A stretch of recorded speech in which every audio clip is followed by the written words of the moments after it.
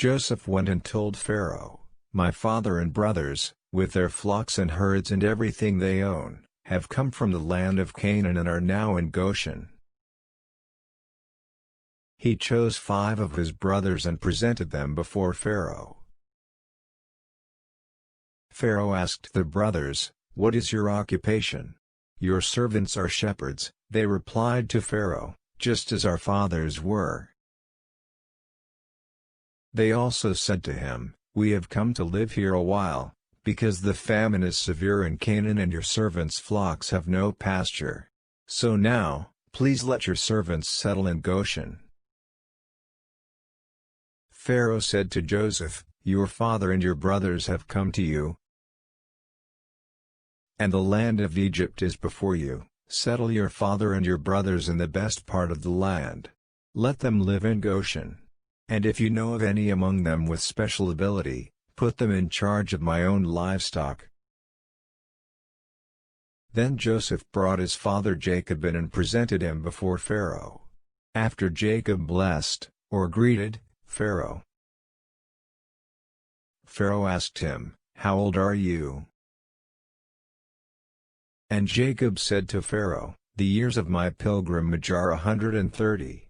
My years have been few and difficult, and they do not equal the years of the pilgrimage of my fathers."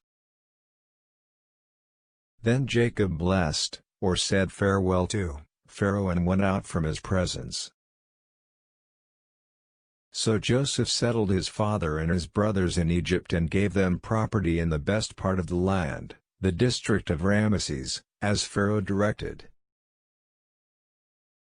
Joseph also provided his father and his brothers and all his father's household with food, according to the number of their children. There was no food, however, in the whole region because the famine was severe. Both Egypt and Canaan wasted away because of the famine. Joseph collected all the money that was to be found in Egypt and Canaan in payment for the grain they were buying, and he brought it to Pharaoh's palace. When the money of the people of Egypt and Canaan was gone, all Egypt came to Joseph and said, "Give us food. Why should we die before your eyes? Our money is used up." "Then bring your livestock," said Joseph. "I will sell you food in exchange for your livestock, since your money is gone." So they brought their livestock to Joseph, and he gave them food in exchange for their horses, their sheep and goats, their cattle and donkeys. And he brought them through the year with food in exchange for all their livestock. When that year was over, they came to him the following year and said, "We cannot hide from our lord the fact that since our money is gone and our livestock belongs to you, there is nothing left for our lord except our bodies and our land. Why should we perish before your eyes, we and our land as well? Buy us and our land in exchange for food, and we with our land will be in bondage to Pharaoh. Give us seed so that we may live and not die, and that the land may not become desolate." So Joseph bought all the land in Egypt for Pharaoh.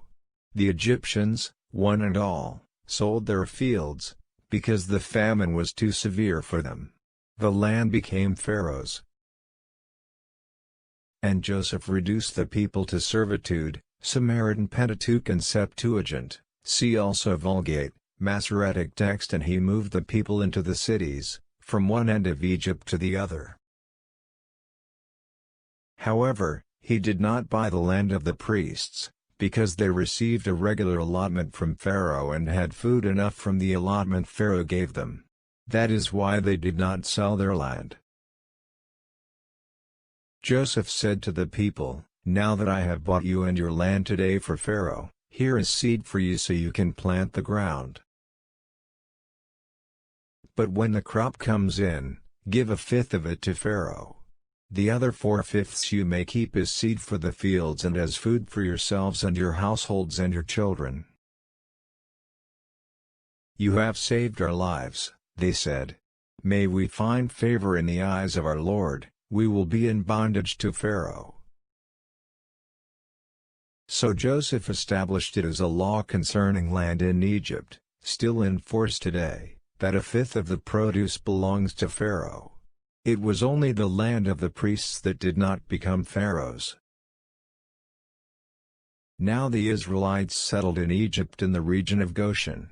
They acquired property there and were fruitful and increased greatly in number. Jacob lived in Egypt 17 years, and the years of his life were 147. When the time drew near for Israel to die, he called for his son Joseph and said to him, "If I have found favor in your eyes, put your hand under my thigh and promise that you will show me kindness and faithfulness. Do not bury me in Egypt. But when I rest with my fathers, carry me out of Egypt and bury me where they are buried."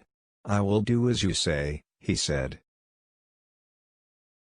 "Swear to me," he said. Then Joseph swore to him, and Israel worshipped as he leaned on the top of his staff. Or Israel bowed down at the head of his bed,